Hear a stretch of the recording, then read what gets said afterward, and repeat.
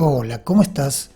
Bienvenida, bienvenidos. Continuamos con el libro La música de las esferas suenan los cielos de Laura Carolina Durán. Y hoy tenemos un capítulo importante porque vamos a hablar de nada más y nada menos que de nuestro querido Pitágoras. Y cuando nombro a Pitágoras me acuerdo de mis alumnos, de Mateo, de Julieta, que ya estarán diciendo otra vez va a hablar de Pitágoras. Sí, voy a hablar de Pitágoras, maestro de Samos. Sería acertado comenzar a hablar de Pitágoras, reconociendo que su historia es quizás el tema sujeto a mayor controversia en toda la filosofía griega. Hemos mencionado ya las reticencias de ciertos autores a reconocer elementos propios de Pitágoras en Platón. Brisson, uno de los mayores escépticos, intenta mostrar por qué un lector de Platón debe escapar al reflejo condicionado que consiste en relacionar con una fuente pitagórica todo lo que lee sobre transmigración del alma y sobre las matemáticas. Le hace falta evaluar las magras informaciones históricas concernientes a Pitágoras y a los pitagóricos. Después, oponerse a la pitagorización sistemática de Platón, que no puede entonces resultar más que de un círculo vicioso. Para interpretar a Platón, se apela a un pitagorismo reconstruido con todas las piezas a partir de Platón.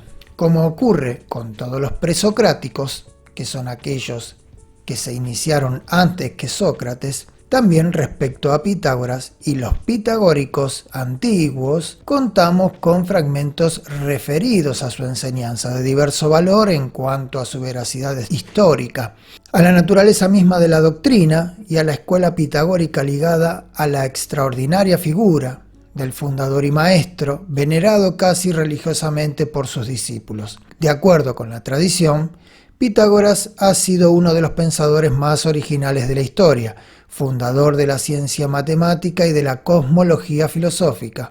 Su figura no se encuentra atestiguada por fuentes tan antiguas y exentas de reproche. Las críticas a Pitágoras tienen una larga trayectoria. Las hallamos ya en Heráclito, que nos dice: la erudición no enseña a tener inteligencia. Pitágoras, hijo de Mnesarco, practicó la investigación más que todos los hombres, y después que seleccionó estos escritos, se hizo una sabiduría propia, erudición y artificios maliciosos.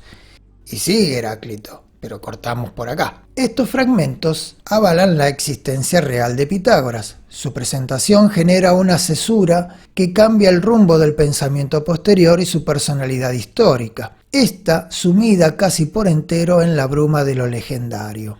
Es menor que Solón en unos decenios, indudablemente más joven que Anaximandro y Anaxímenes, y sin embargo influye en la tradición como si fuera unos siglos más antiguos. Habría sido Pitágoras, y no los milesios, el primer fundador de una escuela que se dibuja por primera vez a la imagen del maestro. Suele delinearse la oposición mileto-crotona como parte del antagonismo clásico entre las escuelas jónicas e itálicas. Platón ve a las musas jónicas más duras porque no se figuran un estado del mundo en que domine la paz, a diferencia de las musas itálicas, que serían más suaves y apacibles. Por otra parte, esta disyunción suele ser presentada con referencia a la propia entre ciencia y religión. Por un lado, la escuela de Mileto sería un centro de indagación científica, prototipo precursor de centros especiales, pensaderos como que Aristófanes caricaturiza en su libro Las nubes, mientras que la escuela de Crotona habría que considerarla como una especie de monasterio, es decir, una institución religiosa constreñida a códigos de régimen interior, con hábitos y normas convivenciales. De hecho, Diógenes Laercio, Jámblico, Porfirio e Hipólito, basándose en la perdida obra que Aristóteles habría escrito sobre los pitagóricos, nos han transmitido un conjunto de preceptos pitagóricos, algunos de los cuales tienen sin duda un sello religioso, si bien otros expresan diversos aspectos. Sacrifica y adora descalzo, no creas nada extraño sobre los dioses. En todo caso, el criterio de demarcación ciencia-religión para aclarar la distinción entre las escuelas jónicas e itálicas resulta ambiguo e insuficiente. Con Guthrie, la oposición Mileto-Crotona será valorada más bien a la luz del enfrentamiento Homero-Orfeo. Los milesios concurrirían con el espíritu jonio, escéptico ante los dioses, frente a los pitagóricos, contagiados de orfismos, afiliados a una religión mistérica y salvacionista. La una es olímpica, la otra es cetónica. Aquella es contractual y esta es sacramental, mística.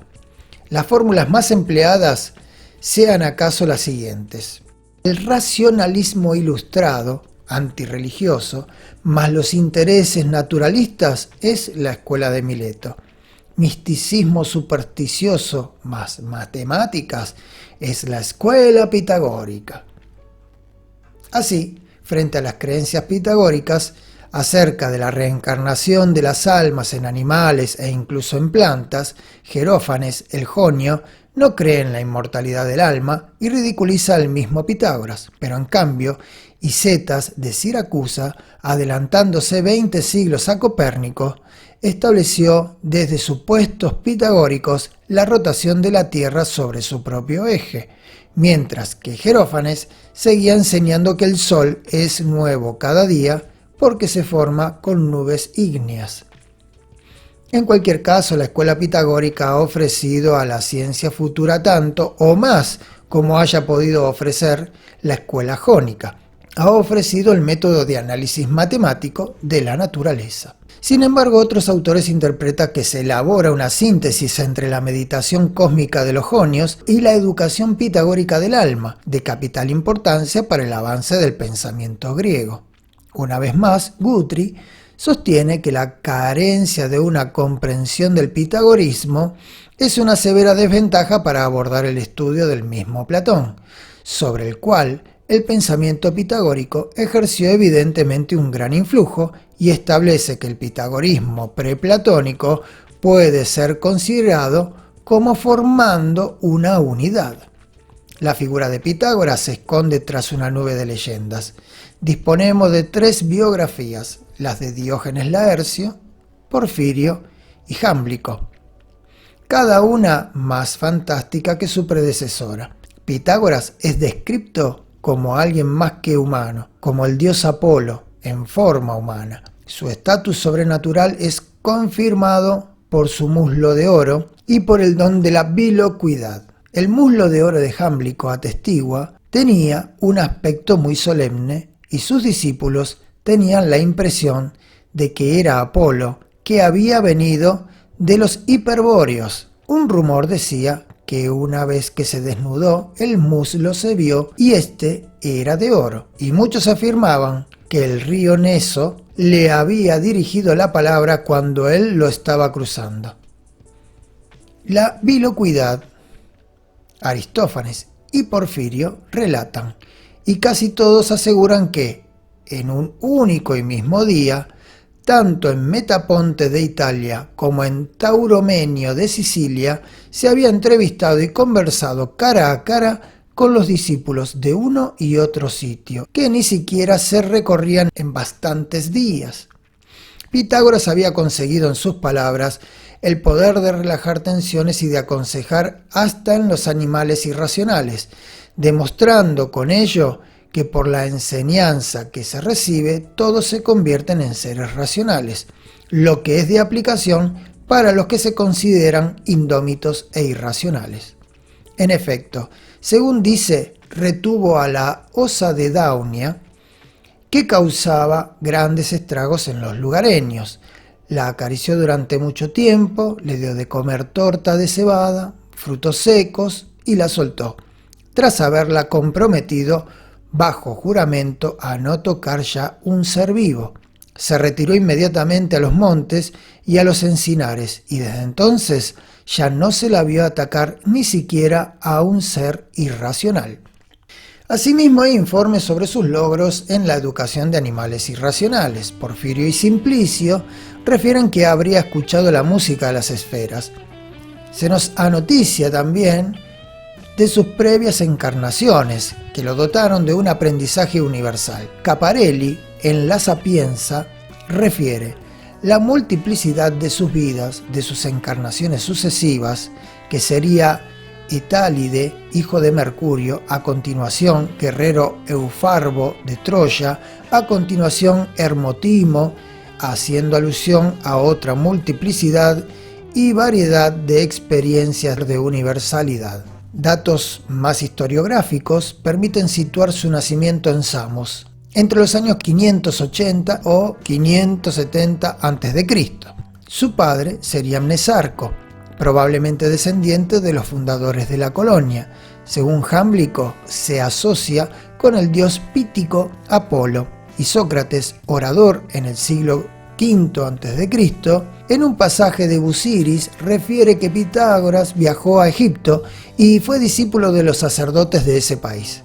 Se retira a Samos, tal vez a causa de la tiranía del gobernante Polícrates. Viaja al sur de Italia y llega a Crotona, ciudad en la que se establece probablemente alrededor del 530 a.C., lugar en el que se despliega su actividad. Comienza entonces las comunidades de amigos, fundadas sobre la enseñanza del maestro con rápida difusión en otras ciudades de la Magna Grecia y gran influencia en el campo político durante el siglo V a.C.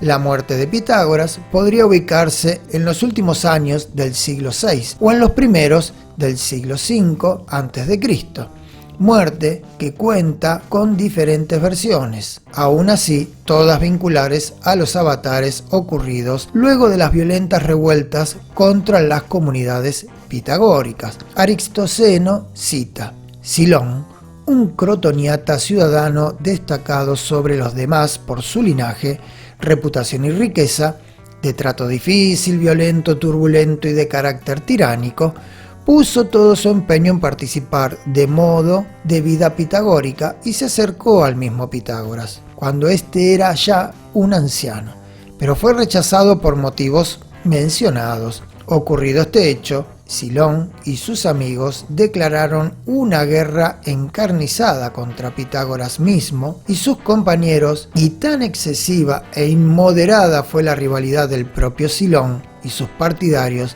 que ésta continuó hasta la época de los últimos pitagóricos. Por esta razón, Pitágoras se fue a Metaponte y dice que murió allí. Los llamados silonios continuaron sus intrigas contra los pitagóricos, demostrándole toda clase de enemistad.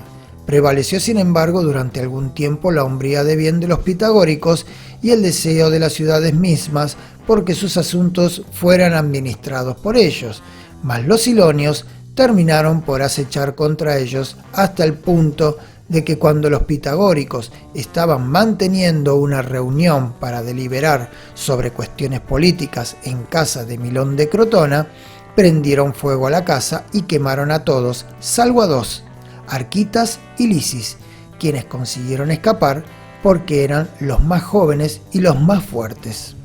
Otra versión sobre testimonios de la muerte de Pitágoras es que se culpa de su muerte al incendio de la casa de Milón, o a los propios crotoniatas que lo habían apresado en su intento de fuga en ocasión de que Pitágoras se viera forzado a detenerse para no pisar un campo de habas.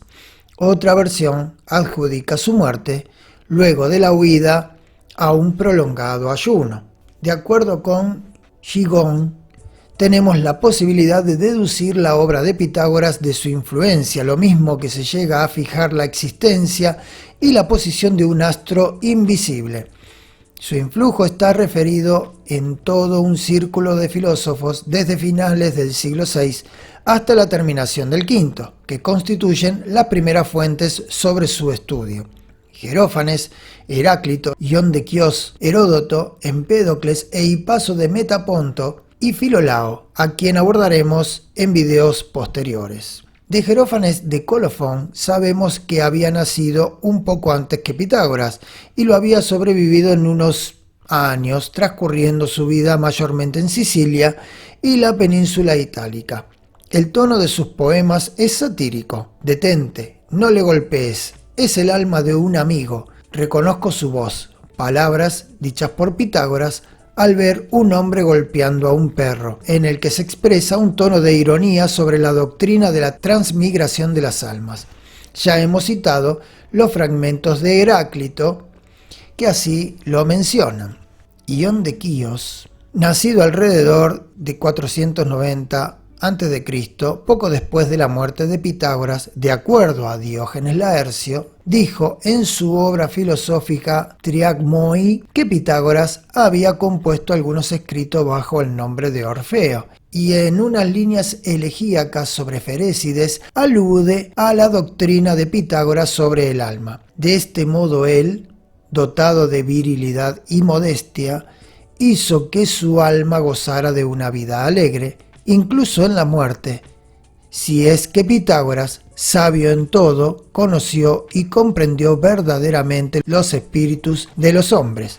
Heródoto fue prácticamente contemporáneo a Ión. En relación a la reencarnación, relata: los egipcios son, además, los primeros que han sostenido la doctrina que el alma del hombre es inmortal, y cuando el cuerpo perece, aquella se introduce en otro animal que está naciendo entonces, y, después de haber completado el ciclo de todos los animales de tierra firme, los del mar, los volátiles, se reintroduce en el cuerpo de un hombre en el momento de nacer, y su ciclo se completa en un período de 3000 años. Hay griegos que han adoptado esta doctrina, unos antes, otros más tarde, como si fuera de su propia invención, y aunque conozco sus nombres, no los escribo. Más adelante presenta la historia de Salmoxis al exponer acerca de la religión de los getastracios, conocidos por su creencia en la inmortalidad. Refiere que estos consideran que no mueren, sino que a su muerte son conducidos junto a su dios Salmoxis, que Platón cita como un dios tracio, y agrega que los griegos del Mar Negro consideran a Salmoxis un ser humano que había sido esclavo de Pitágoras en Samo. Continúa Heródoto: puesto que había adquirido un conocimiento de la forma de vida jonia y de sus hábitos más civilizados que la de los tracios, por haber vivido entre griegos y sin lugar a dudas como uno de los pensadores griegos más profundos, Pitágoras acondicionó una sala en la que recibía a los ciudadanos principales y durante el desarrollo de su banquete les enseñó que ni él, ni sus huéspedes, ni sus descendientes morirían, sino que irían a un lugar en el que podrían vivir eternamente y disfrutar de todos los bienes. Luego explica que Salmoxis permaneció en una habitación oculta bajo tierra durante 3 años, mientras los tracios lo creían muerto. Al 4.º año volvió a aparecer creyendo demostrar así su inmortalidad. Heródoto se muestra escéptico ante tales eventos y sostiene que Salmoxis, sea que se tratara de un hombre, sea que fuese un dios, tenía que haber vivido mucho antes que Pitágoras. Empédocles compartió la creencia en la transmigración. Era algo mayor que Heródoto, aunque no nombra a Pitágoras en su encomio. Sin embargo, no hay dudas que se refiere a él.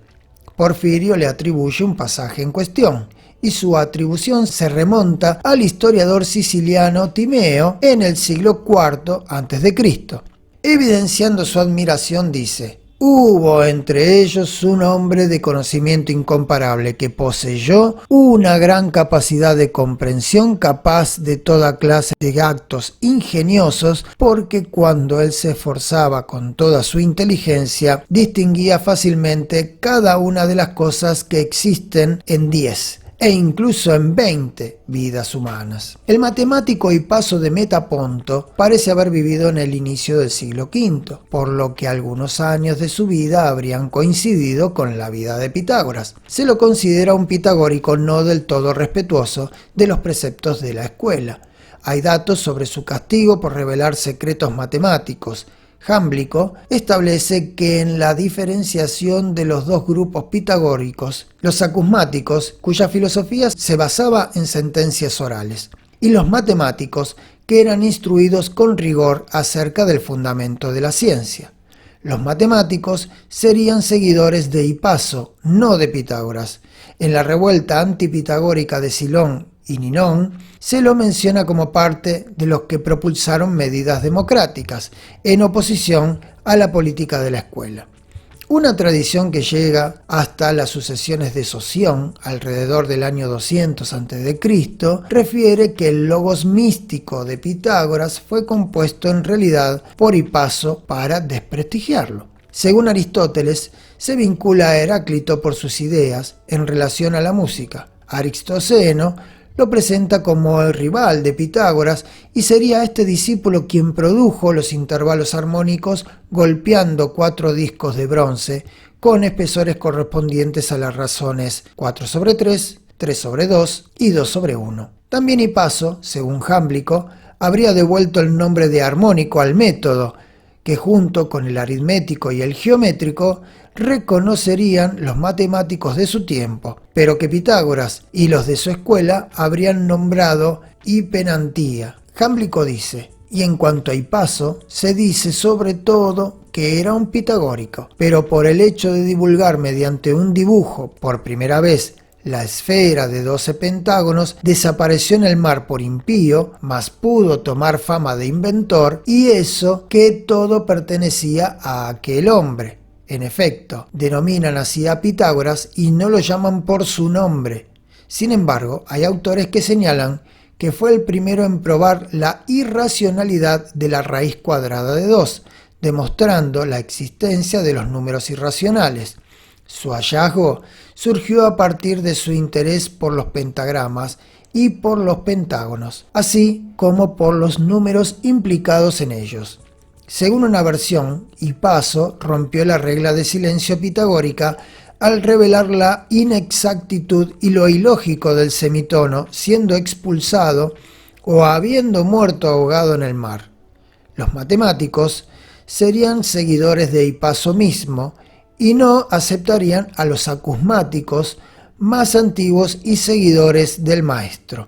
Sin embargo, no es clara esta atribución, dado que Jámblico mismo nombra en otra oportunidad a Hipaso como acusmático. La inmortalidad del alma y su transmigración a través de una serie de cuerpos son presentadas por Jerófanes. En Empédocles es reconocida la doctrina del parentesco de toda la naturaleza animada, doctrina que, no menos que las relativas a la inmortalidad y la transmigración, formaban parte de la enseñanza de Pitágoras.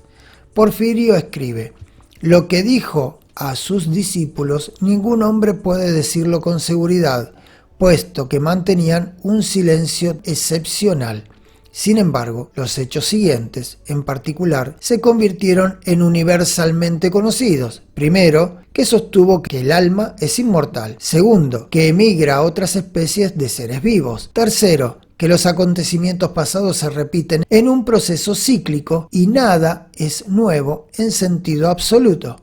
Y finalmente, que hay que considerar que todas las cosas dotadas de vida como del mismo género. Estas son las doctrinas que se dice que Pitágoras ha sido el primero en introducir en Grecia. Entendemos que puede ser un buen resumen de lo mencionado hasta acá. Está claro también esto en las palabras de Heródoto.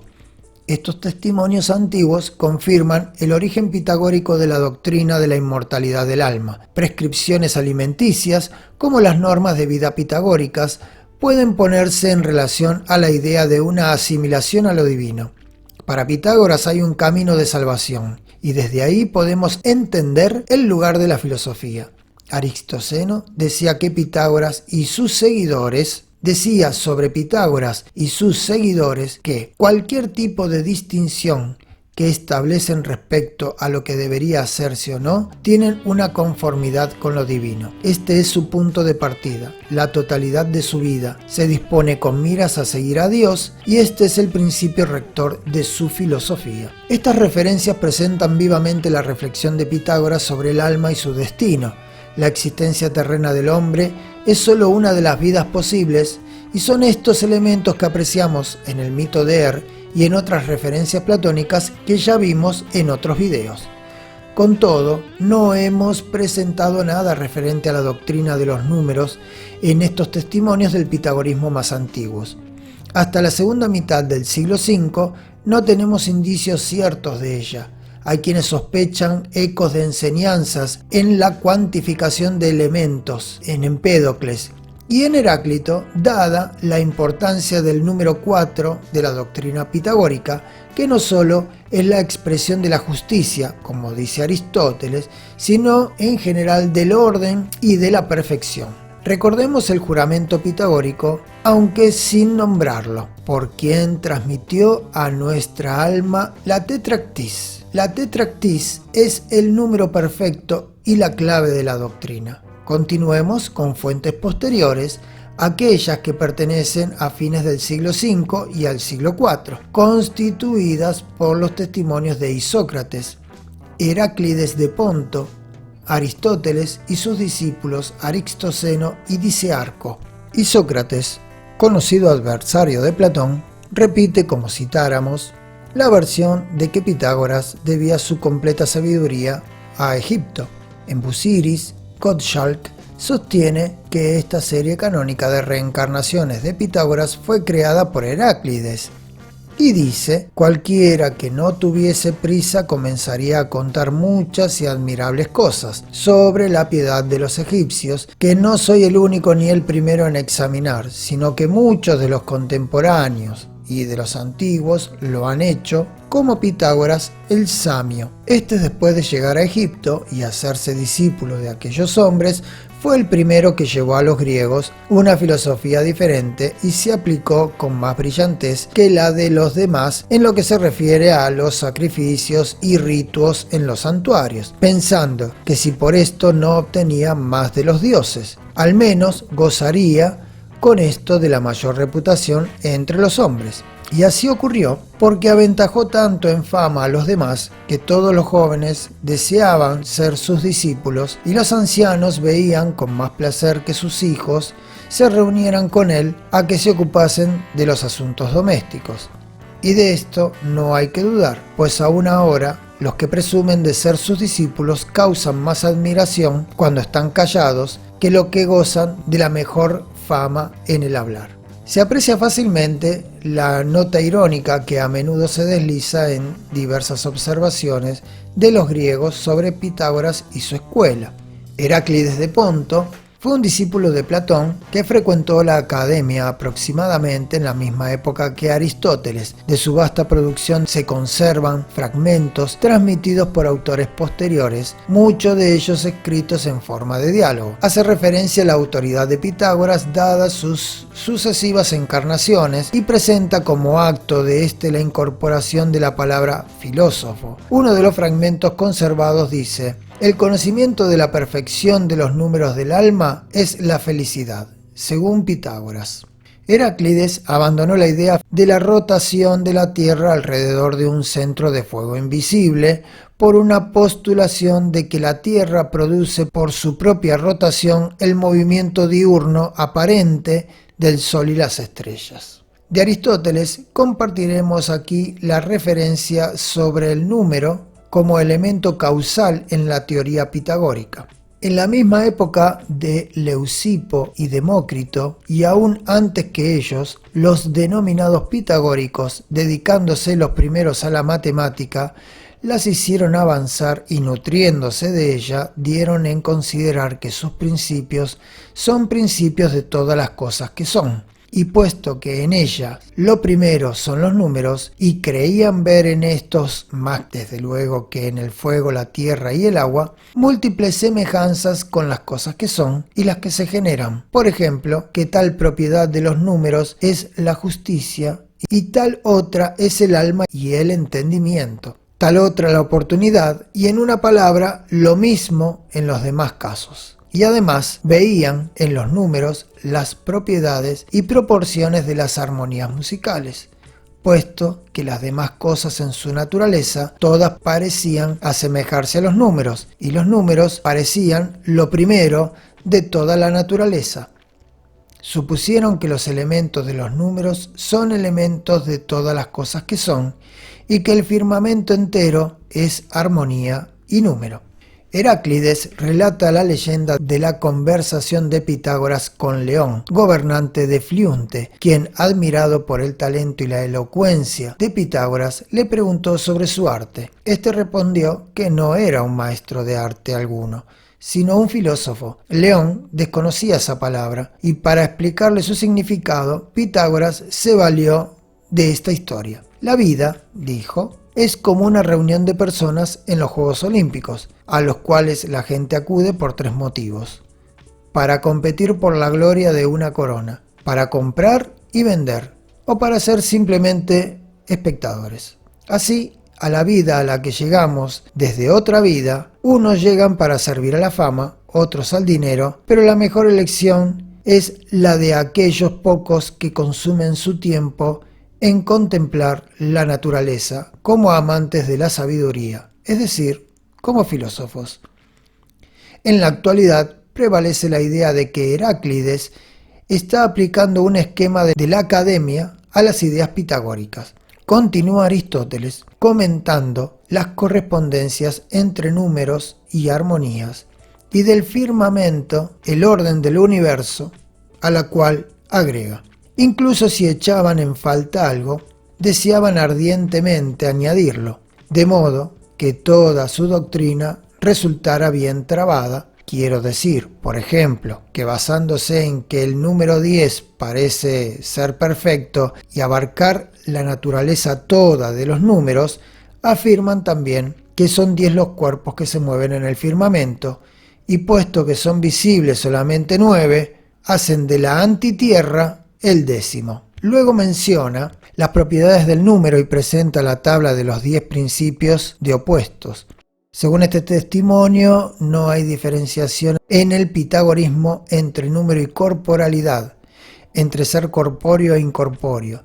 Tenemos aquí una pieza central de doctrina pitagórica no subsumida en platonismo. Aristóteles expresamente remarca la diferencia con Platón. Es, sin embargo, propio de Platón el haber puesto una díada en vez de entender lo ilimitado como uno, así como el haber afirmado que lo ilimitado se compone de lo grande y lo pequeño, y además se distingue en que él sitúa los números fuera de las cosas sensibles, mientras que aquellos, o sea los pitagóricos, afirman que los números se identifican con las cosas mismas, y por lo tanto no sitúan las realidades matemáticas entre las formas y lo sensible. La metafísica aristotélica finaliza con las críticas a esta concepción y su vinculación a la música. Para concluir este apartado, revisaremos las referencias de algunos autores post-platónicos y post-aristotélicos de diferentes filiaciones, en los que ya podemos encontrar cierta mixtura de elementos que hasta acá permanecían más individualizados. Espeusipo era un discípulo cercano de Platón. Junto con Genócrates realizaron la lectura del Timeo, interpretándolo como la cosmología propia de Pitágoras. Un fragmento que transmite Proclo comienza con la opinión de los antiguos, refiriéndose a Pitágoras, y en él se plantea la preeminiscencia del uno por sobre el ser. La díada indefinida queda reemplazada en su sistema de pluralidad. Lo destacamos, dado que sería en este momento de la tradición en el que se incorporan al pitagorismo elementos platónicos y postplatónicos. Se conservan algunos fragmentos de su libro, Los números pitagóricos, en el que se presentaría material platónico en forma que anticipa a la numerología neopitagórica. En contraposición, Diciarco de Mesina fue miembro del Liceo, un poco más joven que Heráclides y contemporáneo de Aristoceno. Negaba la inmortalidad del alma, afirmaba que la psique es sólo un nombre para la composición armoniosa de los elementos en el cuerpo. Porfirio transmite que Diciarco, cuando vino de Italia a Pitágoras y llegó a Crotona, fue recibido como un hombre de notable poder y experiencia debido a sus muchos viajes, y como un hombre bien dotado de la fortuna en cuanto a sus rasgos personales. Tenía un aire libre y magnífico. Su voz, su carácter y todas las demás cualidades poseían gracia y armonía en abundancia. Fue capaz, en consecuencia, de organizar la ciudad de Crotona, de tal manera que, después de haber convencido con nobles discursos al consejo de los ancianos en el gobierno, a petición de estos, hizo también las adecuadas exhortaciones a los jóvenes, se dirigió después a los niños traídos desde las escuelas y por fin a las mujeres, tras haber convocado también una reunión de las mismas. En relación a las doctrinas pitagóricas, mantiene un notable escepticismo, pero muestra considerable respeto por Pitágoras, en tanto guía moral y reformador social. En este sentido, se lo considera una fuente que provee información de mayor contenido histórico.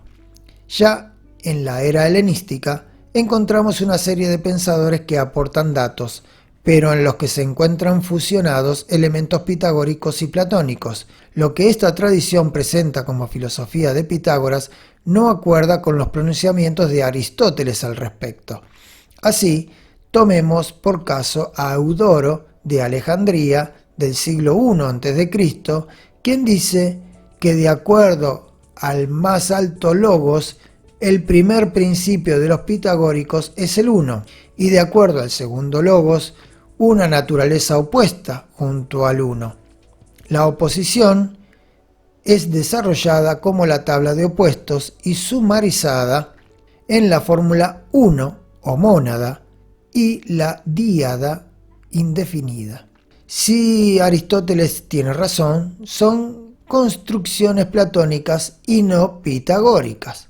Otros continuadores que proveen de más referencias sobre el pitagorismo antiguo son Apolonio de Tiana, Nicómano de Gerasa, Teón de Esmirna, Diofanto de Alejandría y Juan Filopón. Todos ellos escriben sobre el pitagorismo e influyen notablemente en pensadores posteriores, entre los que se resaltan Porfirio y Jámblico, de los que nos vienen gran cantidad de referencias, desde las doctrinas hasta un catálogo de pensadores pitagóricos, con todos los matices y diferenciaciones entre los autores. Encontramos aquí los antecedentes que expresan la importancia de la reflexión sobre el número en la tradición pitagórica y el propio Pitágoras. Así como en los testimonios más antiguos, hallamos lo pertinente a la consideración del alma y sus reencarnaciones, elemento que ubicamos entre las referencias platónicas y que son asimismo centrales en la teoría de la música de las esferas, tal como el ateniense la presenta. Hasta aquí, la música de las esferas. ¿Suenan los cielos? Un libro escrito por Laura Carolina Durán y que en nuestro canal lo estamos llevando a la comprensión para que entendamos que hay algo musical en el cosmos y algo cósmico en la música.